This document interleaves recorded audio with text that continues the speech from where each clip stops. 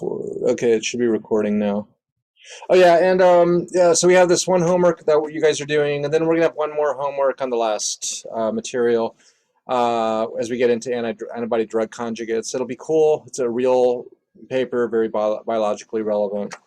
Um, what I want to do though right now is talk about this idea of hydrogels as a vehicle for drug delivery. Um, So one of my good friends works at a company in San Francisco, actually in San Francisco near the UCSF Mission Bay campus, and their whole company is not necessarily based on drug development, but on this concept of hydrogels as a vehicle for drug delivery. And so we'll see some real results from a real company in San Francisco, and they're always bothering me to try to recruit students. So if you're really interested in this, it could be a potential place to apply for a job. It's a nice little company. It's called ProLinks. We'll see some of the results here in a second. Okay, let's see here. I'm just gonna make sure the chat is open. Do I see chat? There's chat. All right.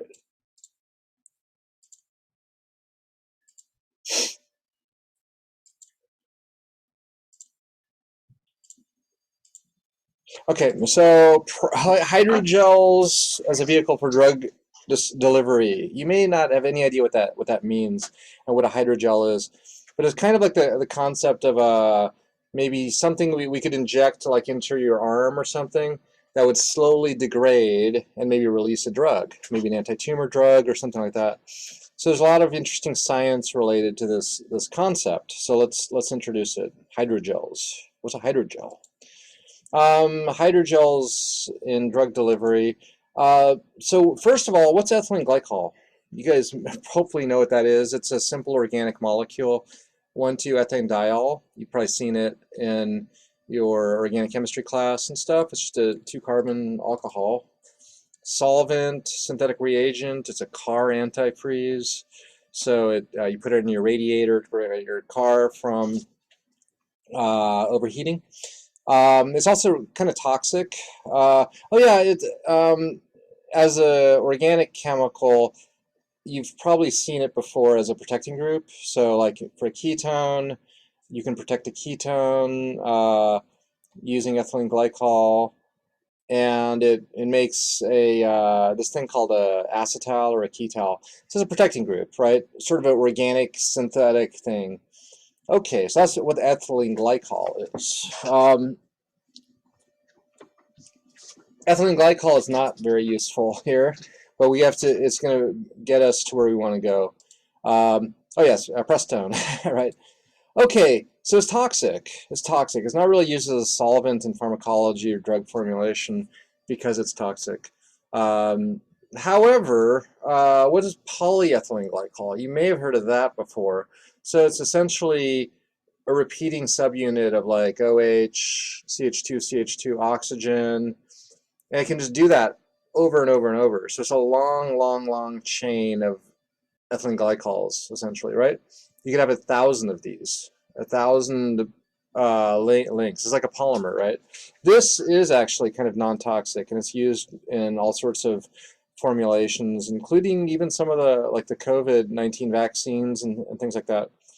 The polyether compound is less toxic. It's considered biocompatible, aqueous soluble. It's commonly used in medicine and bioengineering and things like that as just a kind of a non-toxic sort of polymer substance.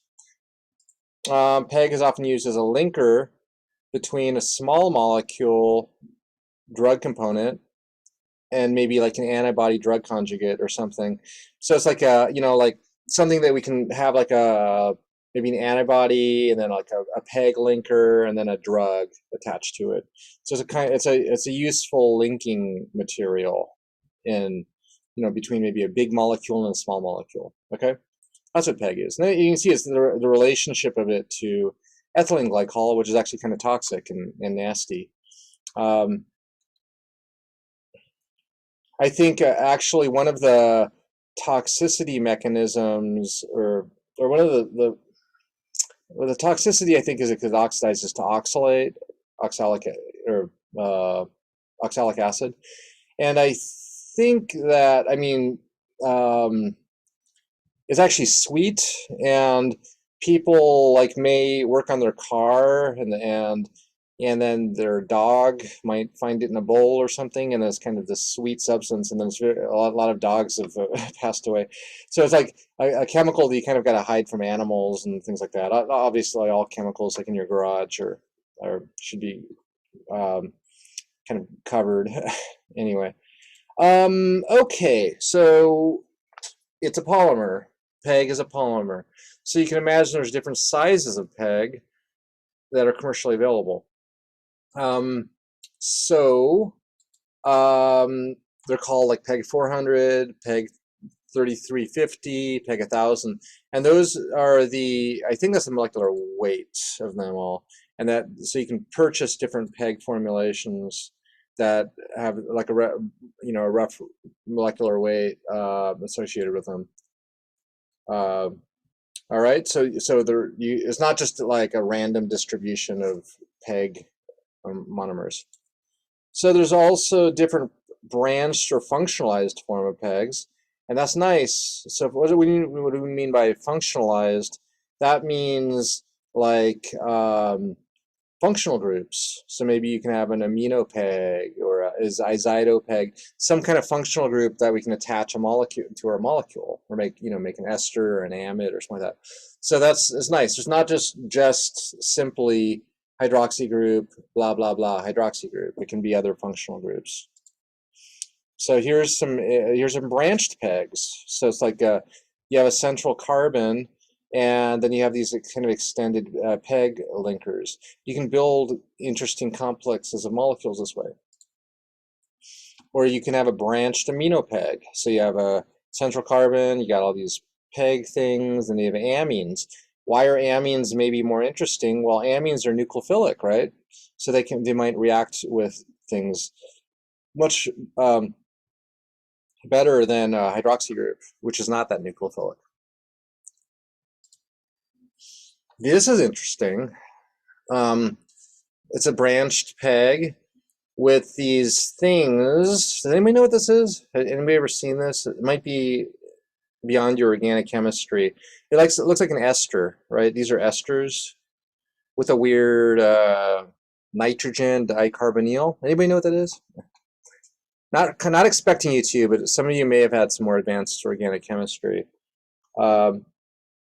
So these things are called succinimidal esters. I'll chat it.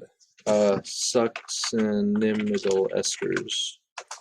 Succinimidal esters, and they are leaving groups.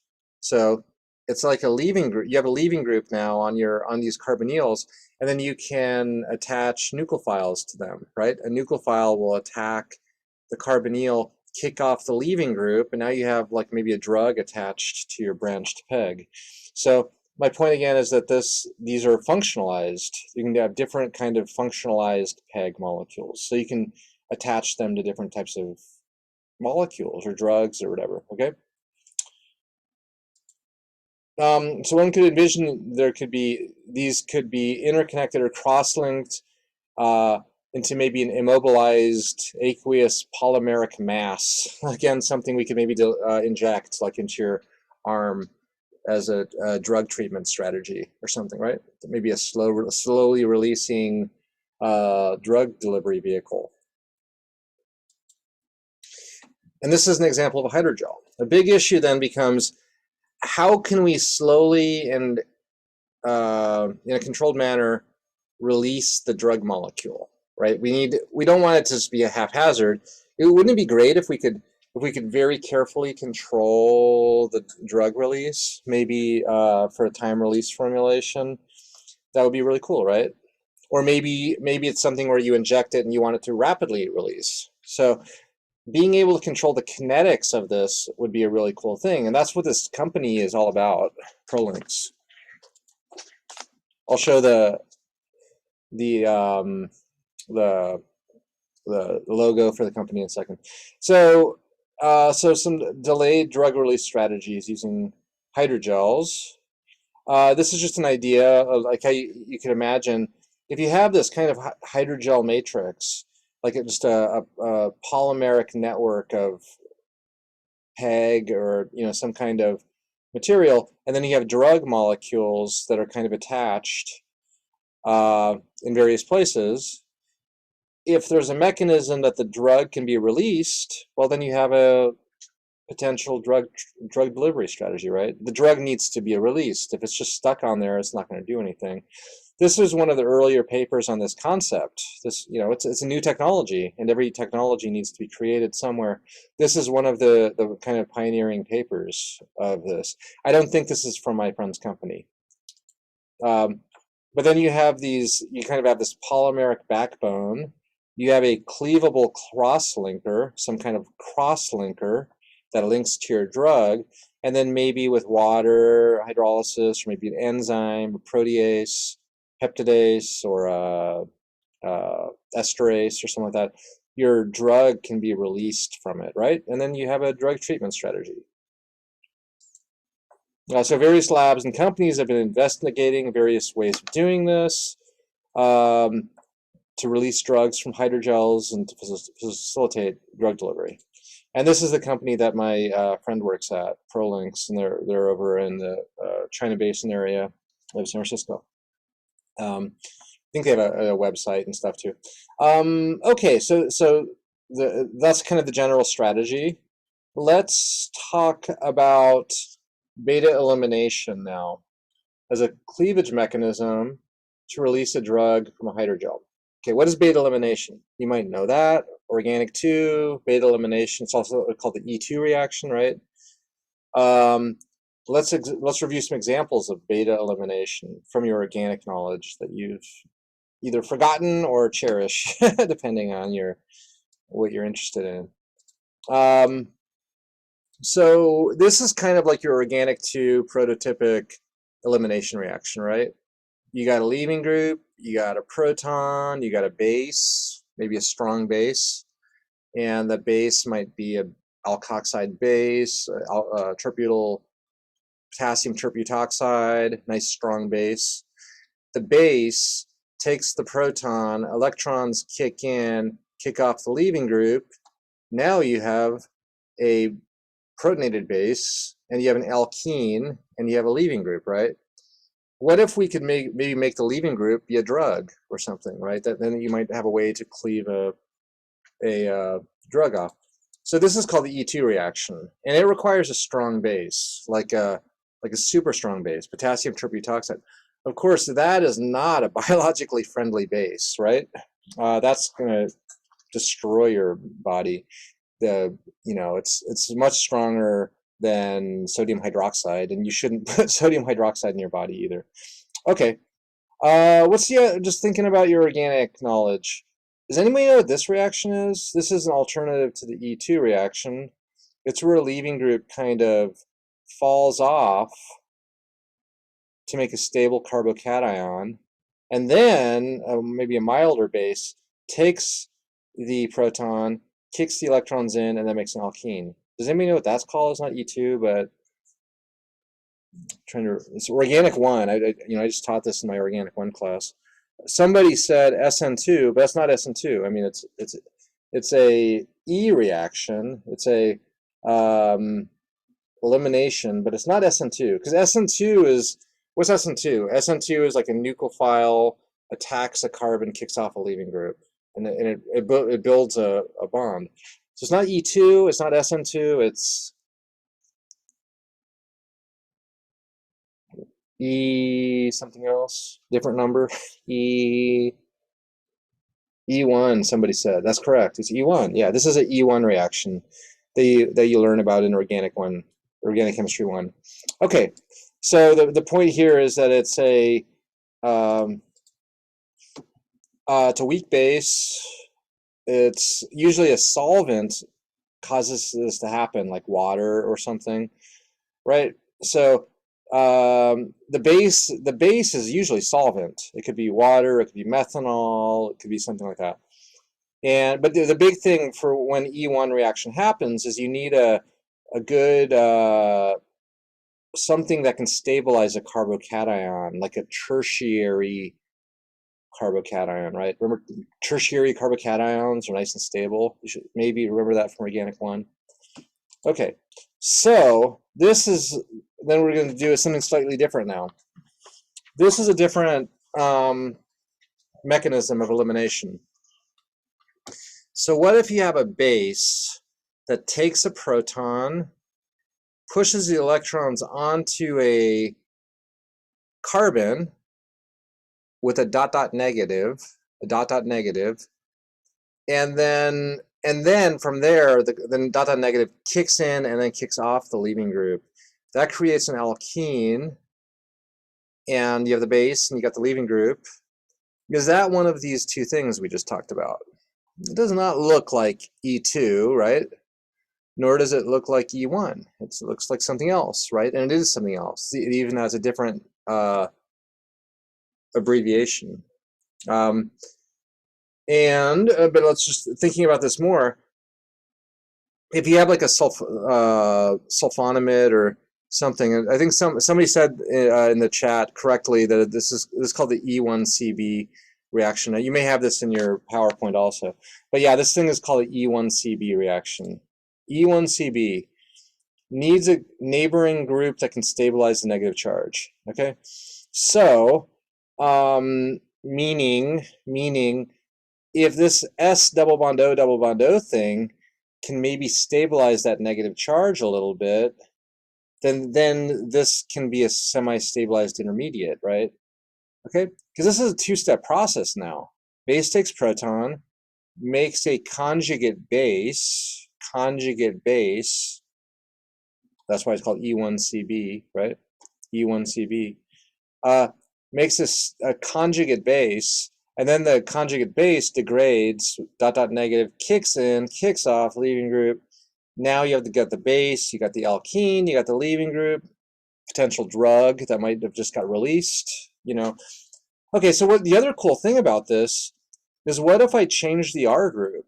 What if I change the R group, right? I might be able to speed up or slow down this process, right? And that will help you when you're trying to design a drug delivery strategy, because sometimes you want it to be slow, sometimes you want it to be fast. So maybe by changing the R group, we can adjust the speed of the reaction. Okay, so this thing is called a modulator, and it modulates the rate of the reaction, right? So E1CB applied to drug release. So how could we apply this to a drug release strategy? So an idea would be, you got the modulator, some kind of R group with a sulfonamide. You have a hydrogel, some kind of carrier that might be pegs and stuff like that. Maybe you have a linker, and then you got your drug, right? All right, so then the base takes the proton, makes the conjugate base, dot dot negative. That degrades and kicks off the linker, makes an alkene, and then you have a linker attached to the drug. The linker, maybe that gets degraded by some other method. And, now you have your free drug, right? And if we play around with the structure of the modulator, we can adjust the rate of this from a week to 3 months. That's the idea. And they built this company my friend works at. Like they developed this strategy. This is like really smart people came up with this, and now they're using this and marketing it as a drug delivery strategy. Okay, so this is a Prolinx idea, like the company I was talking about. What about E1CB applied to hydrogel degradation? So this is another idea. Okay, so there's two ideas, right? One is that you got your drug and you got your carrier hydrogel, and you want to slowly release those two things, right? There's another concept which we can use with E1CB, where all we want to do is watch a hydrogel degrade. So you have this matrix, right? What if we have a matrix of PEG and branched PEG derivatives, right? They're all branched and they're all cross-linked, right? It's a cross-linked like spherical or some kind of like cross-linked derivative, and with just even ignoring drugs, no drug at all, just the ability for that cross-linked matrix to gradually degrade and dissolve and be excreted through your kidneys and everything like that. That's the other thing we can do, or that my friend's company is exploring, is the degradation of a hydrogel, irrelevant of the drug. In the end, you can do both of these two things together, right? But the idea then is like I have hydrogel number 1 and hydrogel number 2, and I got a modulator that can be fine-tuned. Base takes proton, makes the conjugate base, dot dot negative, kicks in, kicks off, yeah? And now you got the alkene, you got the modulator, and then the hydrogel 2 got kicked off, and it can maybe start drifting away, it can be excreted, removed from your body, etc. Okay? So the company is basically looking at these two things and also how to maybe combine them, right? That seems like a cool idea, like a cool drug delivery strategy, okay? Okay, so the rates of the E1CB beta elimination reactions can be fine-tuned by varying mod. That's another thing that they did at this company, is they looked at different mod groups to see, what how that would affect the rates. Okay, so you got X, you got Y, you got mod. Base is really just, biological bases like water. It does not need a very strong base at all here. And then they found that if you have various like benzenes with different things on them, like a chlorine or nothing, or a methoxy group, a CH3 group, or this morpholine or a nitrile, you can control it. Isn't that cool? You can actually control and develop the half-life will depend on these things through electronic effects, induction and resonance, probably induction more than anything, through the aromatic ring or whatever, that's connected to there's where the modulator is. They can control the rate. So if you want something that's released very quickly, 1.5 days, you could use a chlorophenyl group.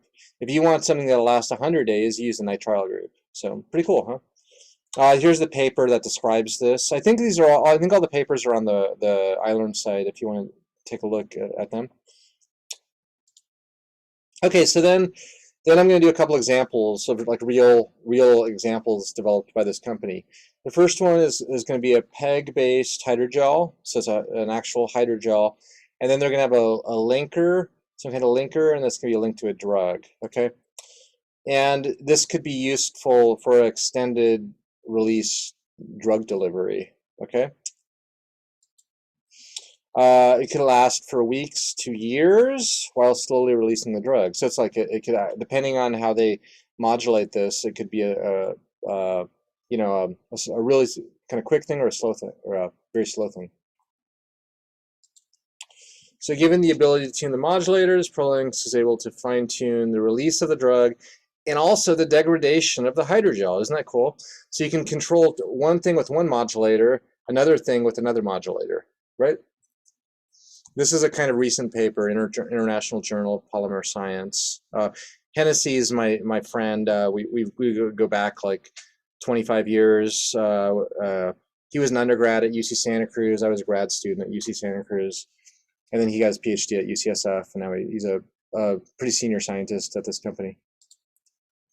So the idea would be then you have the hydrogel matrix, and slowly releasing the drug, and then even slower than that, it would cause release of the hydrogels, right? So you don't want the hydrogels to be just permanently immobilized into your body, because that can cause problems, and your body doesn't like things to be implanted into it permanently. So slow release of the drug followed by a slower degradation to release the monomers. That's kind of the concept, right? And the rates, I guess, are KL1 and KL2. Okay, so that's kind of the depiction of how this works with two different beta elimination reactions with different modulators. So a slurry of hydrogel particles, they're called microspheres, can be sucked into a syringe and injected. So you create this kind of slurry of little spherical micro gel particles, and they hydrogel particles, and so that can be injected. That's kind of the theory of how this works, right? It can be easily done at a specific treatment site, maybe into a tumor, or you know, as a way to release an anti-tumor drug.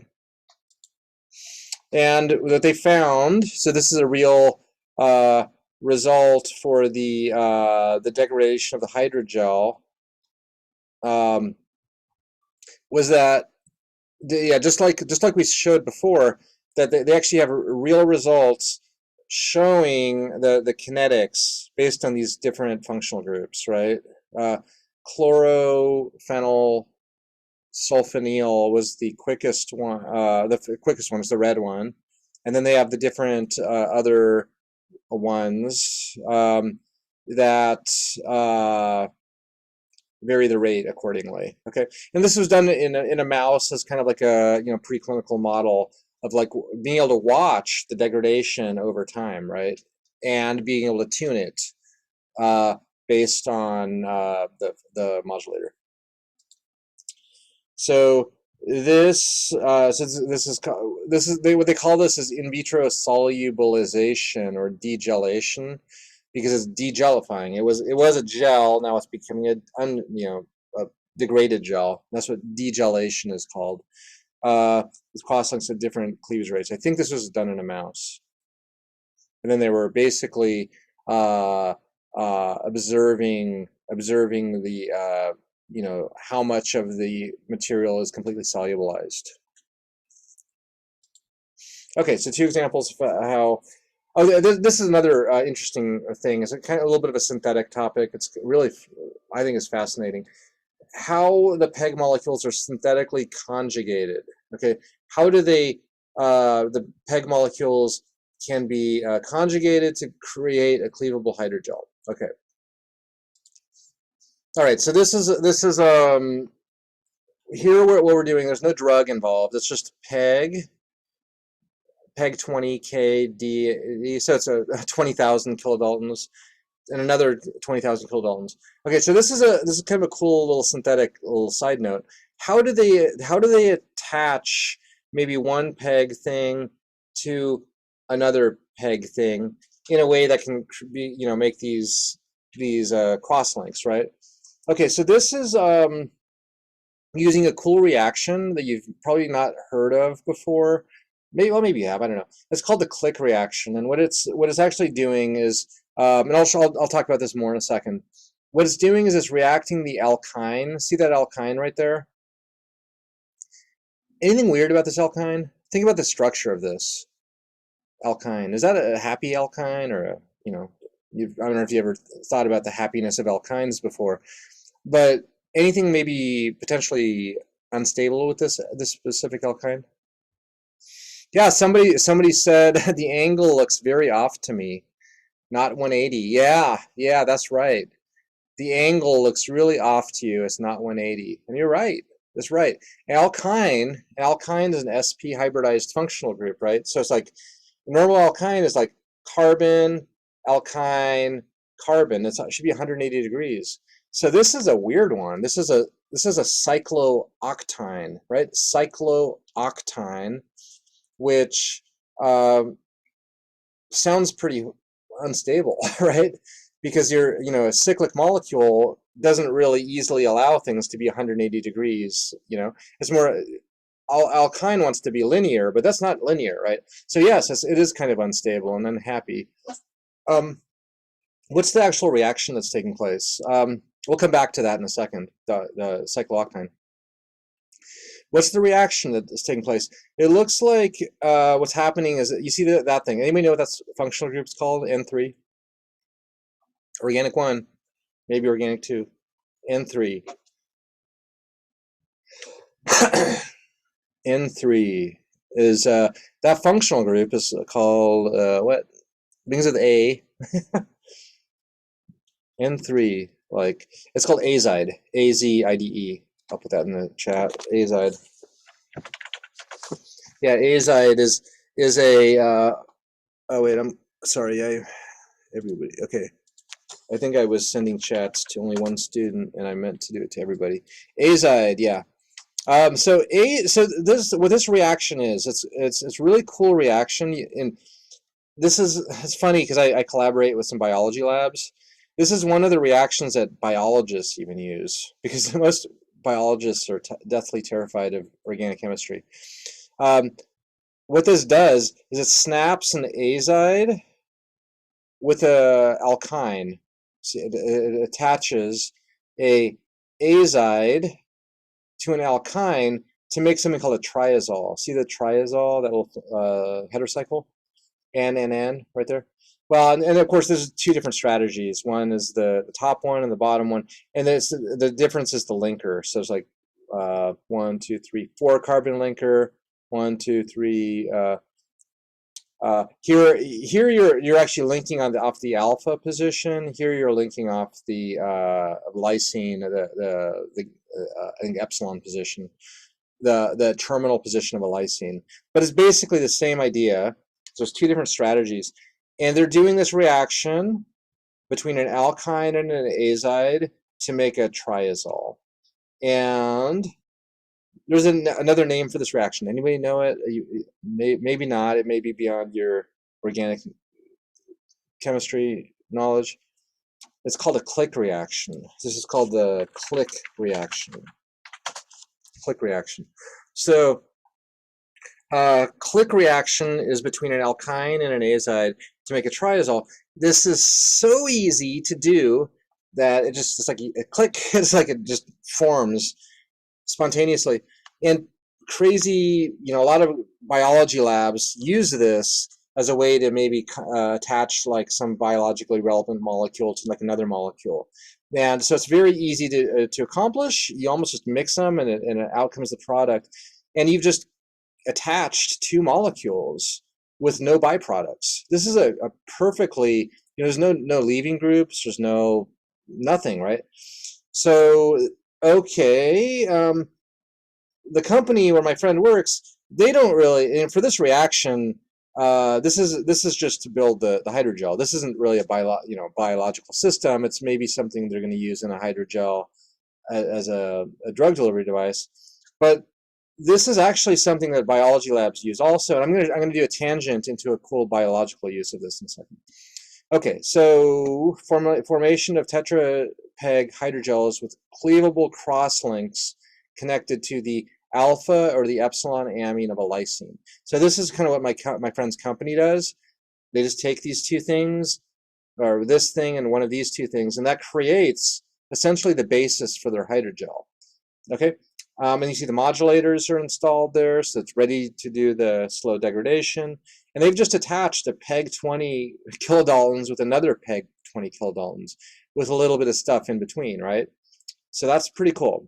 Okay, so let's do our tangent now into this cool biologically relevant click reaction. And then a very specific question is why did they use this one? This weird fluoro, what's the fluoride doing, right? Well, this is all developed by somebody else. This is which I'm going to show in a second, all right? The fluoro one is a special one, and it makes this work really well. Okay, so we'll come back to this in a second.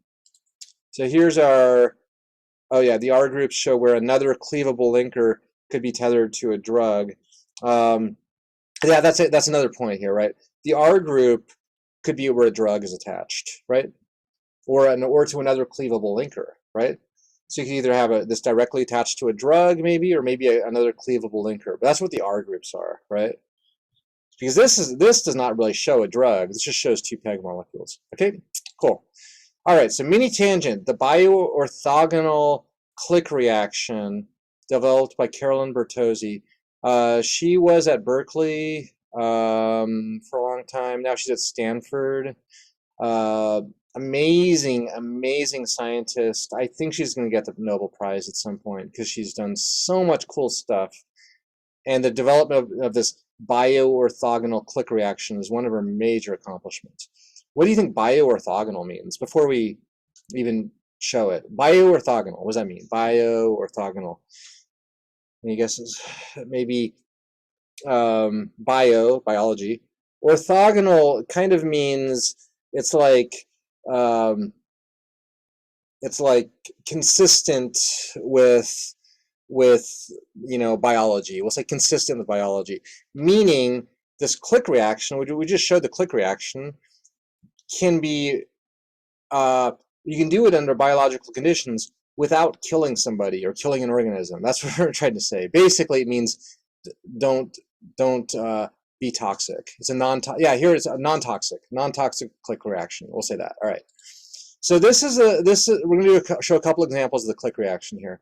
First one is azide alkyne to make these triazoles, heterocycles. What does the triangle mean? Triangle means what? We see this in organic chemistry all the time. Delta it means heat. Yeah. So you're cooking this, right? You might say it's a thermal click. This is a thermal click reaction, right? Click reaction makes triazoles. We're doing it under heat, so it's a thermal click. Okay. I wonder if there's any ways we can do it without heating it. Maybe we could do it at room temperature, right? That'd be cool. What if we add a little bit of copper? Now we can do it at room temperature. That's cool. Copper 1. Now we have an azide and an alkyne. They snap together to make the triazole. Copper 1. Yeah. Do you know anything about copper though? Is that something you want to inject into a cell or a human or something? Copper is super toxic, right? So even though we're at room temp, it's toxic. So you can't do this with a living organism, right? Okay. Cannot do this with living organisms. So this is definitely not bioorthogonal. So what Carolyn Bertozzi did is she was thinking about, how can I change this reaction around in a way that maybe one of these things is unstable, like maybe make a really unstable alkyne. How can we make a really unstable alkyne that will facilitate the click reaction without copper? How do you do that? We just saw it last slide, right? Maybe make it into a cyclooctane, like an 8-member ring, right? A really unhappy alkyne, so that these just attaches with no catalyst and no heat. And that's what the bioorthogonal click is. So azide reacts with weird cyclooctanes at room temperature to create a triazole. Okay. And so that is basically the basis for the bioorthogonal click reaction. Again, this is a tangent. This is a little different than the drug delivery stuff. I'm just kind of showing what this reaction is. It's really cool. Okay, and so it's a 1,3 dipolar cycloaddition. All that means is the azide and the alkyne snap together, and either linear or cyclic alkynes to make a triazole product. This is the paper by Bertozzi. It's a really cool paper. Maybe on iLearn, I'm not too sure, but you should be able to download it. It's From Mechanism to Mouse, a tale of 2 bioorthogonal reactions. So this is a really cool paper on this whole strategy. Okay, so the next thing, thinking about how she developed this amazing reaction, which will probably earn her the Nobel Prize at some point, is how do we change it to maybe make it go faster or slower? Because this alone is cool, but maybe we want it to be a little faster or something. The idea is what she had to do is vary the cyclooctane, and that affected the speed of it, right? And that's what this is. All right. So what this is showing is if you have these different cyclooctanes, K is the rate constant. So it's like, there's some slow ones, there's going to be some fast ones. So they just looked at, like, what can we attach to the cyclooctane to maybe change the rate of the reaction? And one of the things is like a benzoic acid, maybe a ether linked to a carboxylic acid, maybe that fluoride. Remember that fluoride we just saw? Etc. Maybe 2 fluorides, maybe a pair of benzenes and a cyclooctane. Maybe this thing, various things. And she was evaluating the rate of the reactions to make this either be slow or fast. So cyclooctanes synthesized for copper-free click chemistry, and they use them in living organisms. All right, so here's the bad one. That's a bad one. It's a little slow. The rate constant is kind of slow, right? That's kind of slow also. All right, so these aren't the good ones. This one's maybe a medium end one. That single fluoride there maybe speeds up the reaction a little bit. They all have funny nicknames too: Oct, ALO, MOFO, Dibo, Difo, etc. And so that one's actually going a little faster. The reaction is actually a little bit faster. That one's actually maybe one of the faster ones. Having two fluorides makes it a little bit extra fast. Barak, I guess this one is 0.96. It's actually one of the really fast ones also. So having these extra benzene really speeds up the reaction, the click reaction, right? And so then what she did was she used this for weird, crazy biological imaging, which is total tangent. But I'm just going to show one cool slide of this. So this paper is copper-free click chemistry for dynamic in vivo imaging. What does that mean? Dynamic in vivo imaging. What does in vivo mean? I mean, in vivo, it's like in a living organism. What she's able to do is visualize biological processes happening in a living organism with this. Isn't that crazy? So let's show an example of that. All right. But you can see how she fine-tuned the click reaction by changing the cyclooctines around. That's called optimization. We're just changing a molecule to see what effects it has.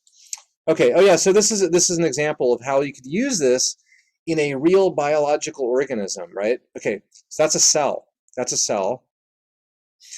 They can expose the cell to sugar molecules, these acetyl sugar molecules, AC4 mannose, with an azide on it. So it's got an azide, right?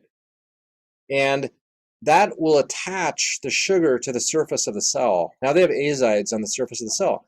Azides are not toxic. They're actually, it's a nice functional group. And then they're going to use Difo, the one up here, and they're going to attach like a dye, like a fluorescent dye or something like that. And that will basically snap on this molecule onto where the azides are through a click reaction. And then they can visualize this, right? And what's so cool about this is they can do this during different stages of like biological development or something like that. And that's what we're going to show next. Actually, oh yeah, so yeah, there's Difo-R, which is basically the one of these cyclooctines, and they have like a dye on it, like a fluorescent dye. These are two of the dyes. So what are these dyes? Well, these fluoresce at different wavelengths, and what that means is they're at different colors. They're basically different color dyes, and so you could theoretically do this with one dye and then maybe wait a while and then do it with a different dye and then have different colors of your cells. So that's kind of a really neat approach, and that's what she's going to do, and I'm going to show that in the next slide, I think. So these are different colored dyes attached to the molecule, to Difo, the cyclooctine, difluorocyclooctine. All right. Okay, so this is just two random examples visualizing the enveloping layer of glycans during the zebrafish early embryogenesis. This can be one of the strategies she uses to visualize a embryonic development. Okay, so what this is showing is these are cells in embryonic development, and she labels them with the azide sugars. The sugars with the azide get attached, and then she will expose it to Difo 488. It's one of the dyes that's attached to the difluorocyclooctine. It clicks on bioorthogonally, no copper, no heat. It just magically snaps on in a good rate.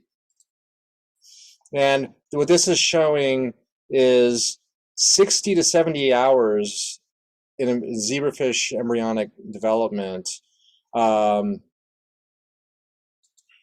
So what they're actually doing in this example is they they expose it to one dye, then they wait, then they expose it to another dye with a different dye on the dipho, and then they wait, and then they expose it to a third one. And what this is doing is it allows you to visualize the different stages of how the embryo grows, I guess. And that's a really cool thing that's kind of like, you know, revolutionized how we can study embryonic development. So the paper's down here, and then they can basically look at it with confocal microscopy later. This is a non-toxic study, right? That's why it's bioorthogonal. And then there's just one more example, an early stage zebrafish embryo. So they're doing this like 6 to 7 hours after fertilization while it's alive. They do the same thing, and then they're able to kind of visualize. I think they used a 2-color staining system here. Rhodamine, which is one. I think actually, yeah, rhodamine's a mitochondrial stain, and then they waited a while, and then they exposed it to dipho 488, and that's the kind of green background, I guess. But that shows, you know, basically the growth stages of the embryo. So, anyway, I thought that this is super cool. It shows kind of how that click reaction can be used to study a biological system. And, you know, it's a pretty simple chemical reaction, and this is something that is pretty commonly used now in like embryonic development. So there's a couple papers on this if you're interested in it. Okay, back away from the tangent. We're back to hydrogel drug discovery. But that's what I was trying to show is Carolyn Bartosi's lab. They developed this for a completely different reason, but now that reaction can be used for a million different things, including hydrogels. So it's totally different than embryonic development, right? Okay, so we're back to this, and that just showed you, you know, what's going on here. So they're using one of the fluorocyclooctanol derivatives, and then they're using these azides, and they just mix them and they attach, right? And that's the way they created these PEG cross-linked things. Okay, so formation of tetrapeg hydrogels connected to either the alpha amine or the epsilon amines. The alpha amine is the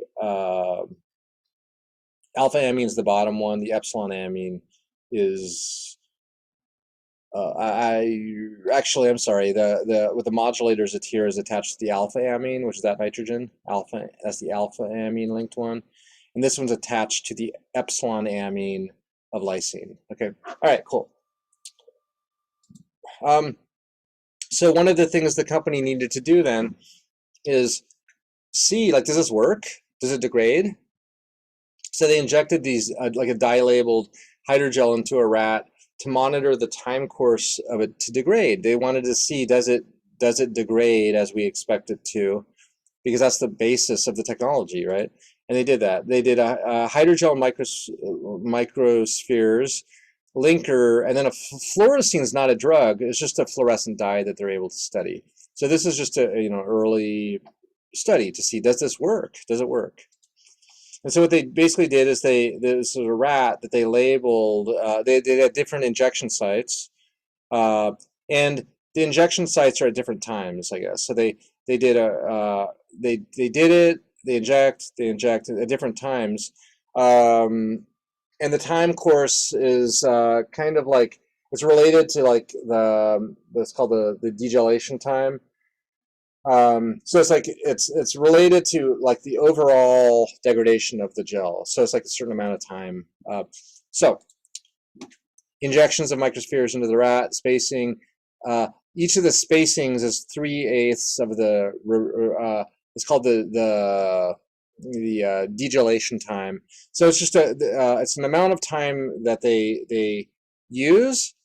Then they did 3/8 of that time. It's like a normalization type factor. So when they did that, you can see that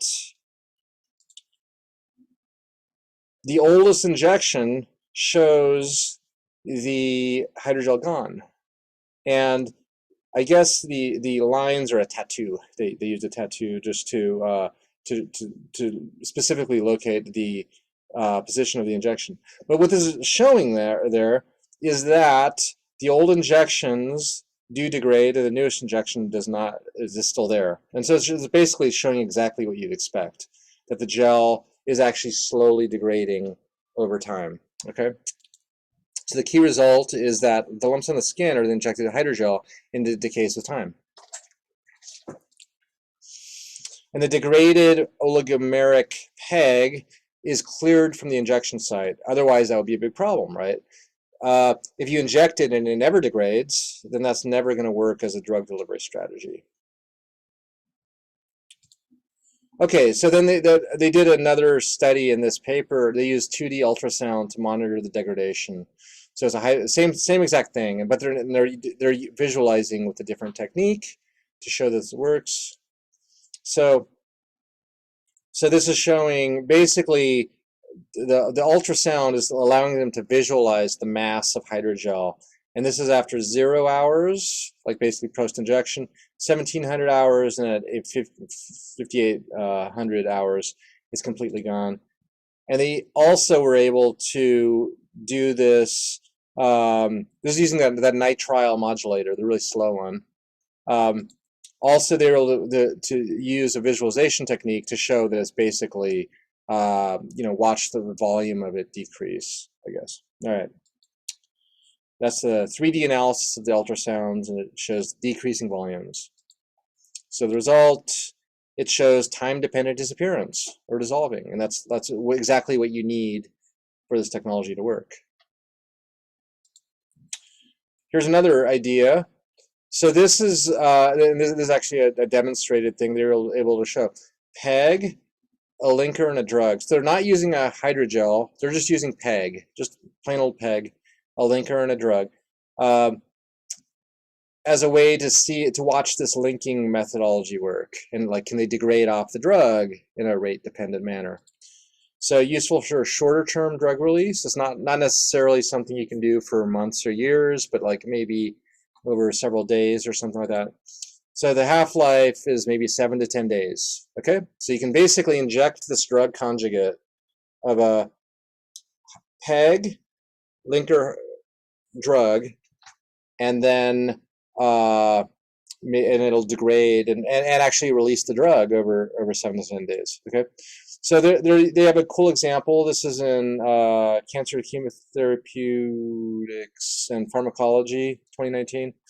So they have an example of this. No hydrogel, just PEG, with a cleavable attachment to PEG. So now they're using PEG 40,000 kilodaltons. That's a pretty big PEG, right? A cleavable linker, and then they're using something called SN38, which is an anti-tumor drug. So SN38 is a highly potent anti-neoplastic drug. It's a topoisomerase inhibitor. It's an analog of camptothecin, which is another of these anti-cancer drugs. So that's camptothecin, and I think it's, yeah, it's a DNA intercalator. So it intercalates into DNA, which in cancer is actually a treatment strategy. Okay, so what SN38 is a slightly different version of the drug with a hydroxy group and an ethyl group there. And why is that kind of cool? Well, because phenol we can attach to, right? Now we have a way to attach this to a drug cleavage strategy, right? If you use camptothecin, you wouldn't really be able to do that. So it's nice that you can do this slight modification and still have a biologically active drug, right? So that's a cool trick, right? So SN38 is used in a lot of this drug delivery stuff. So the design of the cleavable drug conjugate is essentially it's PEG 40,000 kilodaltons attached. Then they got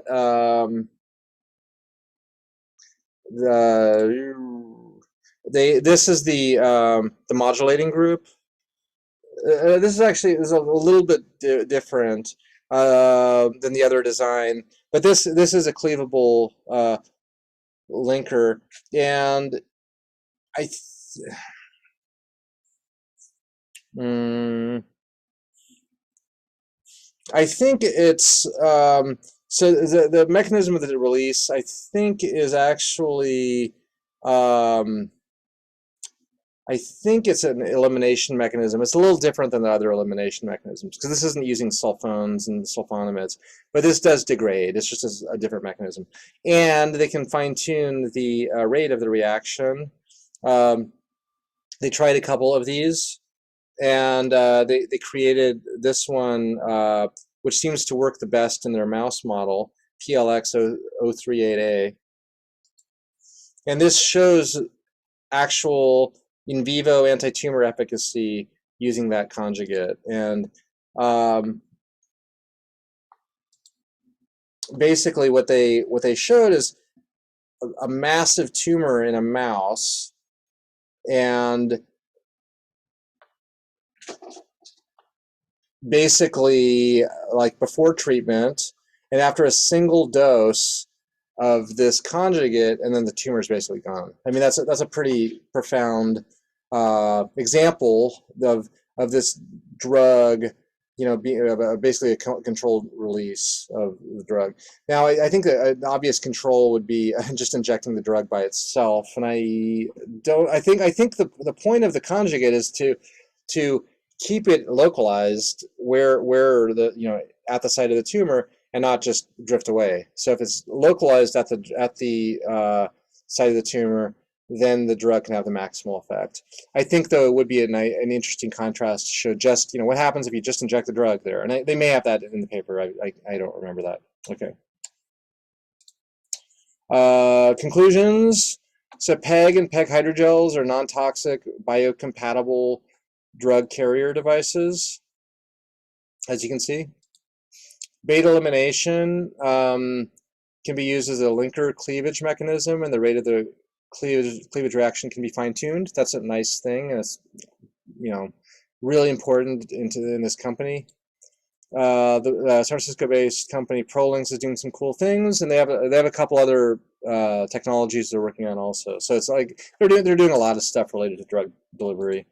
But one of them is, yeah, PEG hydrogel linker drug as a slow release mechanism, and then also a non-hydrogel, just PEG linker drug type thing with a quicker release strategy. And yeah, there's different. They're exploring different drugs, different kind of disease indications, and they're you know, involved with other companies that are interested in this also. Let's see. Okay, I think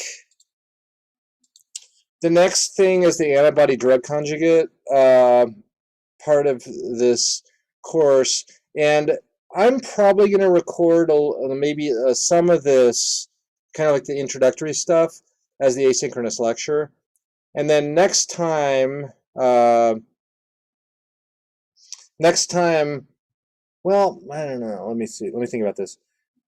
Yeah, I'm probably going to record some of this right now, you know, and then I'm gonna next time we're gonna go, and if we don't finish, we'll just keep going. So it may be a longer lecture next time. It'll be recorded also, but it'll be best if I can just blast through it through Zoom. It's a really cool topic, and I have a lot of cool slides on antibody drug conjugates.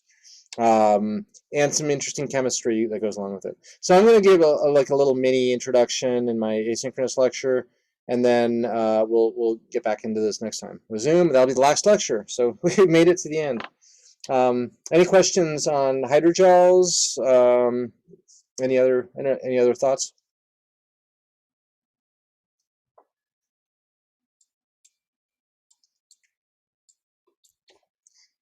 Yeah, and then, you know, the last homework assignment, I'm probably gonna just make it due like the last, you know, the Friday of finals week. So you know, it's not interfere with your other finals. You can do it whenever you want, but just to, you know, to make as a due date, it'll probably be due just that Friday around midnight on finals week. It'll be fun though. It's gonna be, you have to read into these papers. There's a couple papers on the antibody drug conjugates that are on the iLearn site already. I will mention them in the discussion, and if you want to read them in advance, that may help with the presentation. Although the presentation goes through it pretty carefully, so it'll be fun. I think we're done. We done? We're done. All right.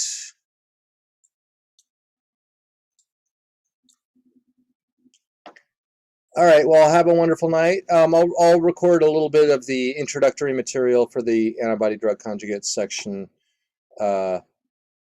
shortly, and it'll be posted on YouTube. And somebody's asking, somebody will say, we'll stay afterwards. Yeah, that's cool. All right, have fun, guys, and I'll stay on.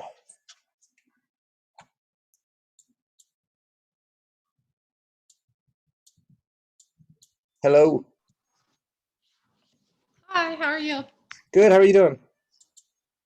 I'm good. I'm just working on the homework assignment, trying to get it done tonight so that I don't have to worry about it in the next couple of days. My lab is actually moving from one building to a different building, Oh, so boy. I'm going to be like in there packing. Yeah, super fun. We literally have to pack everything in our whole lab and then unpack everything in our whole entire lab. I've had to do that I don't myself. know how that's gonna go. Yeah, we also have to move all the mice as well, Yeah. which is gonna be a whole challenge in itself, but I think it'll be fine. But I just wanted to talk to you about next Wednesday. I actually am gonna be on the East Coast, so that means that this class time would be, instead of like 5 to 6:30, it'd be like 8 to 9:30 p.m. Yeah. And so I was wondering if you were going to record the lecture and if you would be okay with me watching it the following morning so that I didn't have to be up. Oh yeah, I don't care. That's all good. Okay, Yeah, I don't. cool. Yeah. Technically, I mean, I did the lecture in the last spring already. It's already on YouTube, so Cool. you even have that option as well. But yeah, Okay, you can watch it whenever you want. Yeah. awesome. Yeah, I just wanted to let you know ahead of time that I probably wasn't gonna, like, I could be there, but it Yeah. doesn't sound great trying to process this at like 9 o'clock p.m. I know. Yeah. That's when my brain's actually working though. So, but okay. Well, that'll be cool for you. I hope you have a great trip there. And Yeah, I'm gonna go see my family that lives out there, and then I'm also gonna go look at some schools out there, hopefully. So that'll be cool. med school or Yeah, med school is just on the East Coast. I mean, it's not like I can really get a tour because a lot of stuff is still like closed yeah. down and remote online, but it'll Yeah. just be nice to like walk around the campuses and be like, is it worth applying to this place? Can I actually imagine living here? So Are you still thinking about PhD, MD, or yeah. okay? Cool. Yeah, yeah, it's great. I mean, there's certain things you can do, just kind of checking it out and see how you might like living there and cost of living and all that kind of stuff. So Yeah, it's probably still going to be like 40 degrees, so we'll see how I hold up. We'll see how I feel about it after yeah, freezing for a week, but it should be fun. cool. All right. Well, I hope you have a great trip, and yeah, you'll be able to access it on either my YouTube like this semester. It might be a little more refined this semester than last time, just because that was the first time I did it. But it's a Okay, really cool. cool topic, and it definitely melds into biology a little bit, and Cool. Yeah, I might just watch them on the plane actually, because I have a couple asynchronous ones from like I think right before the break that I need to catch yeah. up on too. So Yeah, totally. And cool. All right, sounds good. So have a okay, great trip. thank you, Dr. Anderson. Have a good night. Okay, bye bye.